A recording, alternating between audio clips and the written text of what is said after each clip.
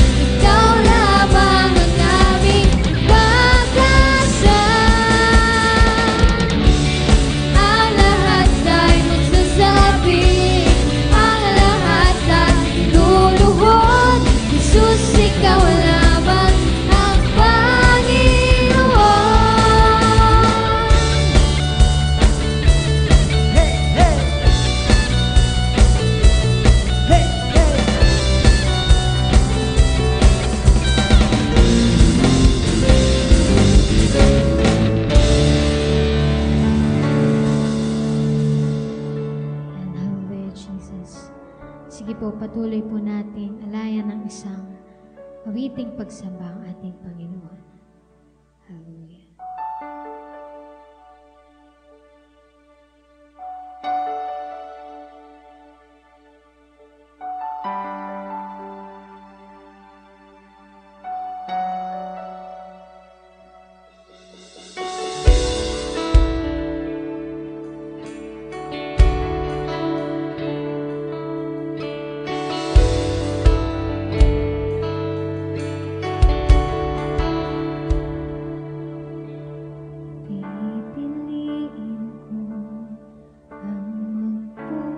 sa'yo, magtiwala sa iyong kaparanan, maghihintay sa'yo, aking Panginoon. Kailan may hindi ako iiwan, higit sa sitwasyon at suliranin,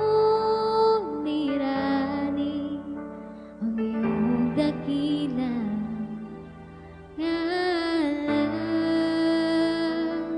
Sa gitna ng bagyo, aawitan kita, sa lungkot at sa saya, pupurihin kita. Ikaw, O Diyos, ang matibay na sandigan sa lahat.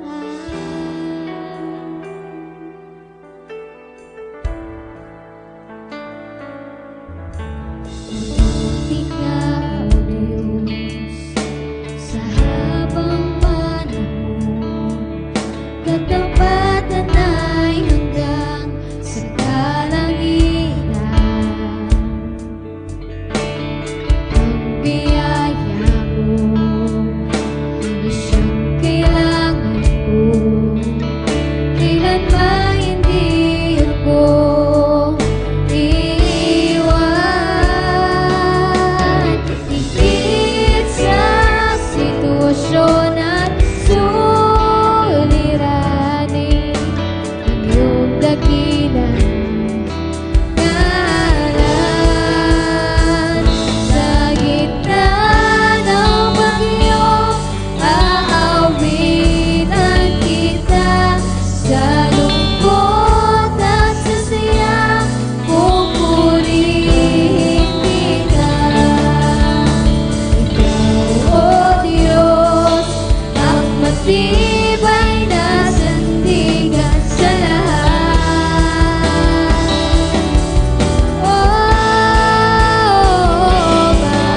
Maglahong man ang langit at lupa, nananatili ang iyong salita.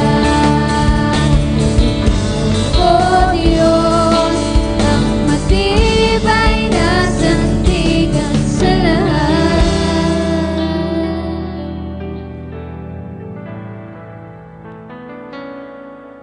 Saan kagaling ang tulong ko'y nagmumula sa iyo. Hindi mabibigo at di mapapahiya, sapagkat ikaw ang Diyos na tapat.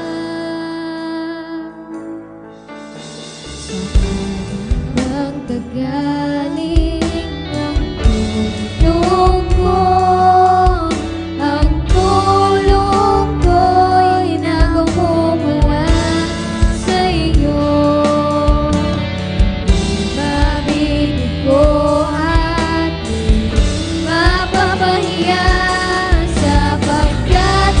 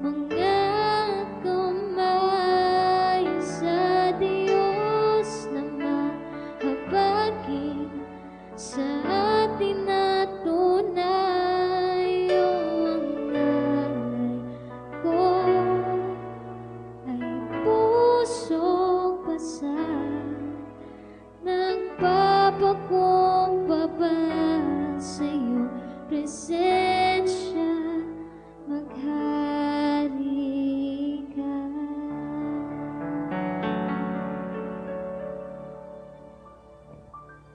You are welcome to send your tithes and offering and your seed to the man of God. May the Lord bless your generosity and your support in our ministry. Kindly send your seeds and your tithes into this GCash account number, 0912-7327627. God bless you bountifully.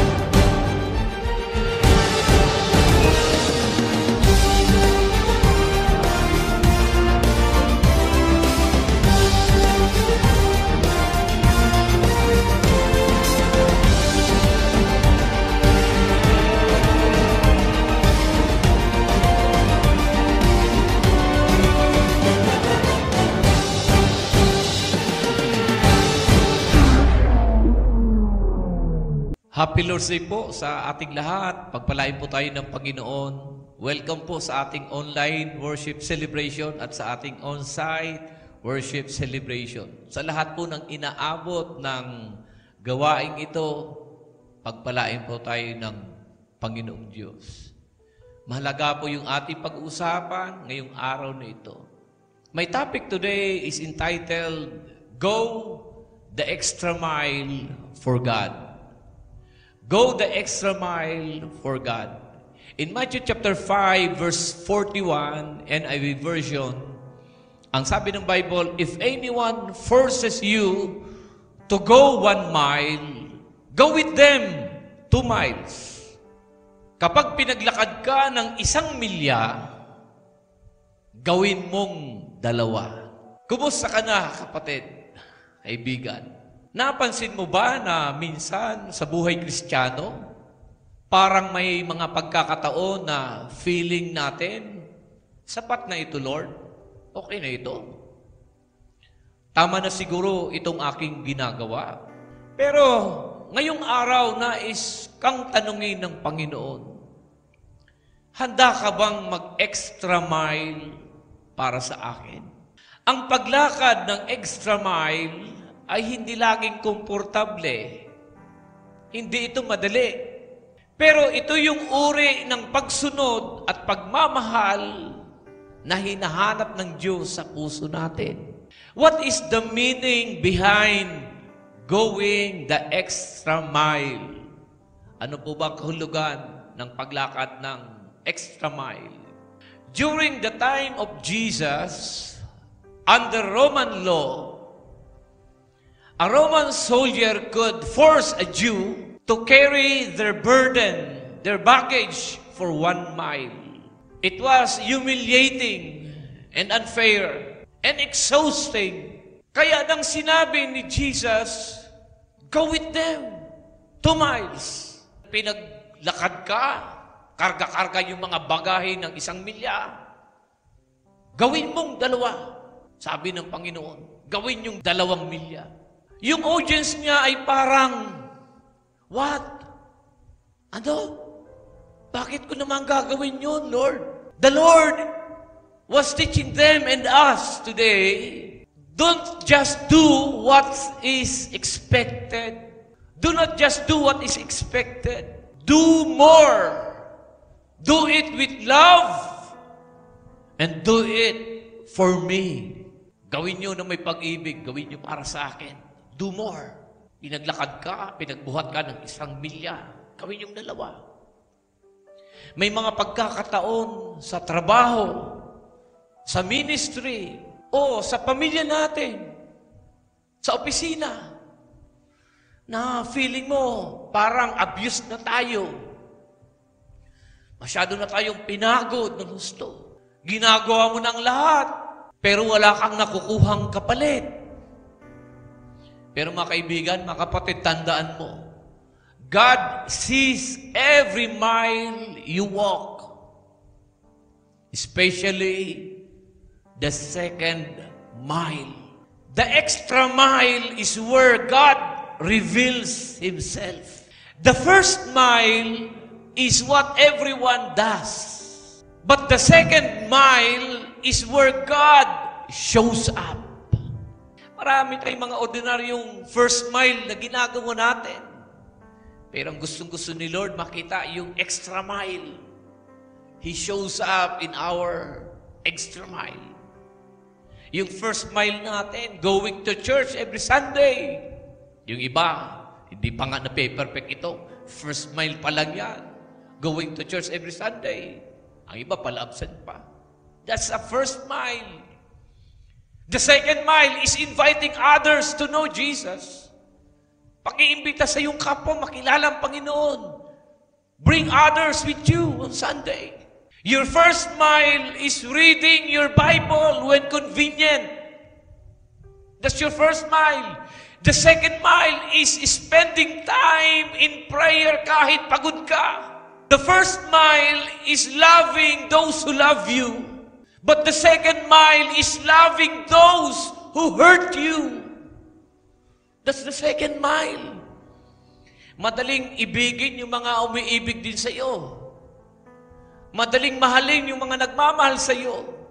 Pero yung ibigin mo, yung nananakit sa iyo, gawan mo ng mabuti yung gumagawa ng masama sa iyo. That's extra mile, kapatid. That's where the Lord shows up. Sakripisyo yun, kapatid. Talagang labing by sacrifice yun. Yung first mile natin, ginawang ka ng mabuti, ginawan mo rin ng mabuti, first mile yun. Pero yung second mile, ginawang ka ng masama, ginantihan mo ng mabuti. Talagang extra mile yun, second mile yun. Pinahihirapan ka, inaapi ka, pero pinapanalangin mo na pagpalain ng Diyos yung mga nang-aapi sa iyo. Second mile yun, pagtitiwala sa Panginoon. Maraming mga extra mile services na dapat natin ginagawa dahil yun ang kalooban, yun ang gusto ng Panginoon makita sa atin bilang mga Kristiyano. Doing the extra mile, doing the second mile. Kalimitan, karamihang Kristiyano, nasa first mile lang eh. First mile. Pero iba, kapatid, pag ginagawa po yung extra mile, umuwi na yung iba, naglilinis ka pa sa church. Extra mile yun. Tulog na yung iba, nagpe-personal devotion ka pa. That's extra mile. Nagpapahinga ng iba, nanunood ng TV, nakababad sa cellphone, pero ikaw naglalakad patungo doon sa simbahay mo, sa family connect mo, community connect, sa Students Connect, doing the extra mile. Habang iba nasa kanilang bahay, nandun ka naman sa simbahan, nagpa-practice, naglilinis, may ginagawa para sa Panginoon. That's extra mile. Sa anong bahagi ng buhay mo, kapatid, na tinatawag ka ng Panginoon ngayon na mag-extra mile sa pagpapatawad, forgiveness? Forgiving others is an extra mile. Di ba ginawa ka ng masama? Sabi ng Panginoon, huwag kayong gaganti. For vengeance is not yours, it's mine. Trabaho natin pagpatawad. Anong extra mile yung pinapagawa sa iyo ng Panginoon? Pagpapatawad. Extra mile sa generosity. Yung iba, nanghihinayang, ibigay yung para kay Lord. Nanghihinayang tumulong sa iba, nanghihinayang magbigay sa simbahan. Pero ikaw, all out ka sa paghahandog, pagbibigay. That's extra mile. Handa ka magsakripisyo, ayaw na nila, gusto mo pa. Yung iba ayaw maglingkod, merong kakayahang gawin na maglingkod, pero hindi na magpapagamit kay Lord. Marami hindi nagpapagamit kay Lord, meron namang kakayahang magpagamit, pero pinagkakait ang talento. Pero ikaw, handa ka magsakripisyo, nagpapagamit ka kay Lord. Paglilingkod is an extra mile. The extra mile requires sacrifice, but brings eternal rewards. Sabi sa Hebreo 6:10, God is not unjust. He will not forget your work and the love you have shown Him. Makatarungan ng Diyos. Hindi niya kaliligtaan at hindi niya isasantabi mga kabutihang iyong ginagawa at iyong pagmamahal sa Kanya. Alam mo bang every unseen act of obedience, every small sacrifice you made in secret, may reward lahat yan sa langit. Wala man silang pasasalamat, pero sasabihin sa iyo ng Panginoon, anak, hindi ba sila nagpasalamat sa iyo, pero ako, hindi ko makakalimutan ang ginawa mo. Ibang klase yung kapatid.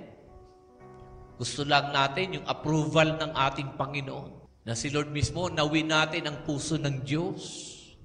Kahit may mga tao ungrateful sa ginawa natin. Pero si Lord, He will not forget our labor of love. That is what God is saying to you right now, my friend, my dear brothers and sisters. God sees your extra mile. Nakikita ng Diyos ang iyong extra mile, yung mga sakripisyo, yung mga effort, pagpapagod mo, paglilingkod na ginagawa mo. Nakikita lahat ng Panginoon yung mga extra mile mo. When you give, even when you are lacking. May mga kapatiran, kahit kulang sa kanila, pero nagbibigay pa rin sa kapwa. Nagbibigay pa rin ng tulong sa simbahan. Kita lahat ng Diyos yun. Di makakaligtaan ng Diyos yung mga extra mile nating ginagawa. When you serve, kahit walang recognition. Minsan di ka napapansin ng leader mo, di ka na-appreciate, pero nandun ka lang sa tabi. Merong isang Diyos, yung camera ng langit, nakamasid sa iyo. Nakatutok ang camera ng langit sa iyo. When you serve, even when you are not recognized, si Lord ang magre-recognize sa iyo, kapatid. When you stay faithful, kahit nasasaktan ka. May mga pagkakataon, nasasaktan tayo. May mga pagkakataon, nahihirapan tayo. Na-offend tayo. Pero sa panahon na nasasaktan ka, nahihirapan ka, na-offend ka, you stay faithful, kitang-kita ng Diyos yun. Kaya kang gantihan ng Panginoon sa extra mile, sa mga sacrifices and labor of love na ginagawa mo. Why go the extra mile? Why go the extra mile? Una, because Jesus did it first. Ginawa muna ni Jesus yon. The Lord Jesus is our pattern. Hindi tayo inuutusan ni Jesus ng isang bagay na hindi niya ginawa. He went the ultimate extra mile. He left heaven to be with us. Iniwan niya ang langit, namuhay bilang isang alipin. Nakisalamuha sa atin. He carried the cross we deserve. Yung cross na dapat tayo ang deserve magpasan, siya ang nagbuhat. Nauna siyang gumawa ng extra mile, kapatid. He forgave us even when we were still sinners. Pinatawad tayo kahit nung tayo'y mga makasalanan pa. Sabi ng Biblia, namatay siya sa atin. He died. Christ died for us even when we were still sinners. Grabe yung extra mile sacrifice and labor of love ni Lord sa atin. In Philippians 2 verse 8, He humbled Himself by becoming obedient to death, even death on the cross. Siya'y naging masunurin hanggang sa kamatayan. Kamatayan doon sa cross. Kaya mga kaibigan, tayo kahit mahirap, kahit pagod, we also choose to go the extra mile. Not to earn God's love, but a response to His love. Nakita natin, naramdaman natin, nadama natin yung pag-ibig ng Diyos. Ginagawa din natin magsakripisyo, hindi para mag-earn ng favor kay Lord, kundi isuklian ang Kanyang pagmamahal sa atin. Pero paano kung ayaw natin gawin yun? Anong ibig sabihin when we refuse to go the extra mile? Paano kung ayaw nating mag-extra mile? Not going the extra mile means staying comfortable. Staying comfortable.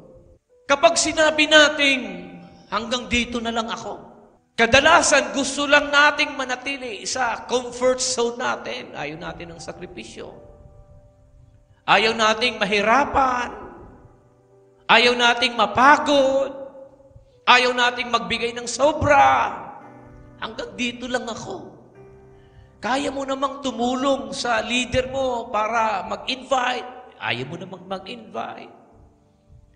Kaya mo namang umattend ng connect group during weekday. Di mo namang ginagawa. Ayaw mong mapagod. Kaya mo namang mag-devotion 1 verse a day. Ayaw mong mahirapan. Di naman nga pahirap yung 1 verse a day.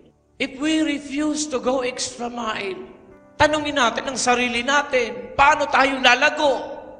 Kung hindi tayo lalagpas sa pagiging komportable.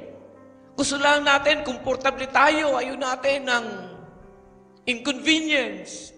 Jesus did not stay in comfort. He went to the cross for us. Iniwan ng Panginoon yung langit at hinarap yung cross para sa atin. Ba't di mo magawang iwan ang bahay mo at pumunta ka sa connect group? Bakit di mo magawang iwan kahit 2 oras, 1 oras yung tindahan mo para umattend ng church, umattend ng connect group?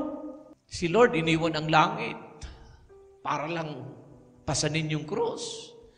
Tayo, maraming Kristiyano ayaw ng extra mile. 8 oras sa trabaho maghapon, may time kang gawin yun. Kahit maulan, uminit, umulan, sa trabaho ka.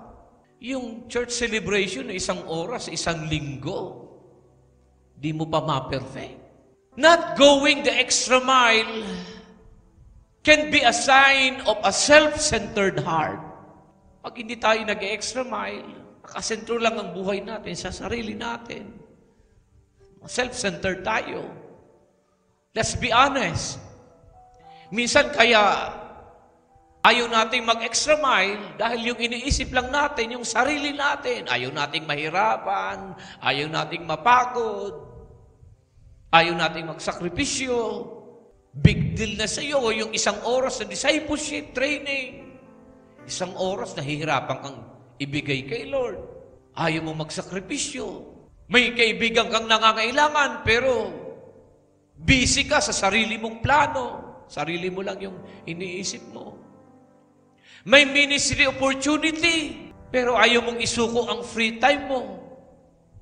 Meron ka namang oras para mag-practice. Ayaw mo nang sumali sa music team, sa dance team. Meron kang ang talento, ayaw mo nang ipagamit kay Lord. Sinasarili mo lang yung talento mo. Ang ganda-ganda ng boses mo. Kinakanta mo sa labas, kinakanta mo sa bahay, sa banyo, pero sa church hindi. Paggamit mo kay Lord. The heart that refuses to go the extra mile is a heart that says, ako muna. But Jesus said, serve others. Love others. Lay down your life to others. Yan ang gusto ng Panginoon. Huwag yung sarili lang natin, yung iniisip natin. Sariling comfort, convenience Christianity na tayo, kapatid. Let's learn to sacrifice to get out of our comfort zone. Pangatlo, not going the extra mile misses out on God's blessing. May nami-miss out tayo, kapatid, na pagpapala ng Diyos sa mga nag-extra mile. When Jesus said, go the 2nd mile, He was teaching us something countercultural. In Jesus' time, The first mile was obligation. Sa Roman law requires Jewish people to carry a soldier's gear for 1 mile. Yung bagahe ng sundalo. Yung Hudyo yung magbibitbit ng 1 mile. Obligasyon yun sa batas ng Roma. But the second mile, that's voluntary. That's love. Pag-ibig yun. That's where miracle happen. Nangyayari yung milagro, yung pagkilos ng Diyos sa second mile natin. Kapag tumanggi tayong mag-second mile, we miss growth. We miss relationships. We miss God's favor. Nami-miss out natin yung pabor ng Panginoon. Utos ng Diyos yun eh. At may favor doon si Lord sa utos niya to go the extra mile. Itong tanong, what happens when we go the extra mile? What happens when we go the extra mile? Number 1, you grow spiritually. Growth doesn't happen in comfort. Growth happens when we go beyond convenience and into commitment. Pag nag-extra mile ka, kapatid, lumalabas ka sa comfort zone mo eh. Maulan, mainit, laban ka, go ka. Kahit nahihirapan ka, kahit gipit ka, go ka pa rin, generous ka pa rin, on fire ka pa rin, naglilingkod ka pa rin, kahit maulan, nandiyan ka pa rin, papagamit kay Lord pa rin. Yan ay paglago, kapatid. Growth happens when we get out of our comfort zone. Pangalawa, when you go extra mile, you inspire others. Nag-i-inspire ka ng iyong kapwa. Your obedience becomes someone else's encouragement. May mga hahanga sa iyo, tindi nito Baka yung simpleng extra mile na ginawa mo, kapatid, yun pala ang makapagpapagising sa pananampalataya ng iba. Na mahamon sila, kaya nga niyang gawin, gagawin ko rin. Inspire others. When we go extra mile, we inspire others. Pangatlo, you glorify God. Na pararangalan ang Diyos. Sabi sa Mateo 5:16, let your light shine before others, that they may see your good deeds and glorify your Father in heaven. Na pararangalan ang Diyos dahil ginagawa natin yung pinapagawa niya. Nakikita ng mga tao yung mga bubuting ginagawa natin, mga sakripisyo natin, na pararangalan ang Ama. Mga kaibigan, how do we start going the extra mile? Paano tayo magsisimula in doing the extra mile? Una, start with a willing heart. Start with a willing heart. Mag-umpisa ka na sa iyong kagustuhan. Gusto mo magpagamit. Huwag mong hintayin yung perfect timing. Start now. Tutuloy ko ang aking devotion. Lord, maulan, mainit, magko-connect group ako. Uminit, umulan, nasa church ako. Lord, mag-i-invite ako ng kapwa ko. Lord, magiging faithful ako sa giving ko. Malaki ang kita o mahina ang kita, I will be faithful, Lord God. Lord, magpapagamit ako ng oras ko. I will have time for my practice. Sa music team, sa dance team. Lord, sasamahan ko ang leader ko, mag-i-invite ako. Start with a willing heart. Huwag mong antayin ng perfect timing, ngayon mo na gawin. Serve even when it's inconvenient. Kahit merong inconvenience, serve.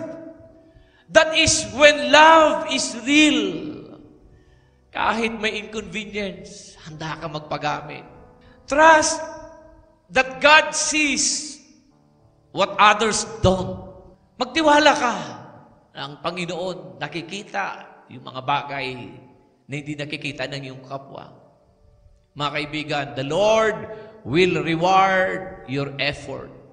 I-reward ni Lord ang effort mo, kapatid. Mga kaibigan, mga kapatid sa Panginoon, God is calling you today, not just to walk 1 mile, but to walk 2 miles.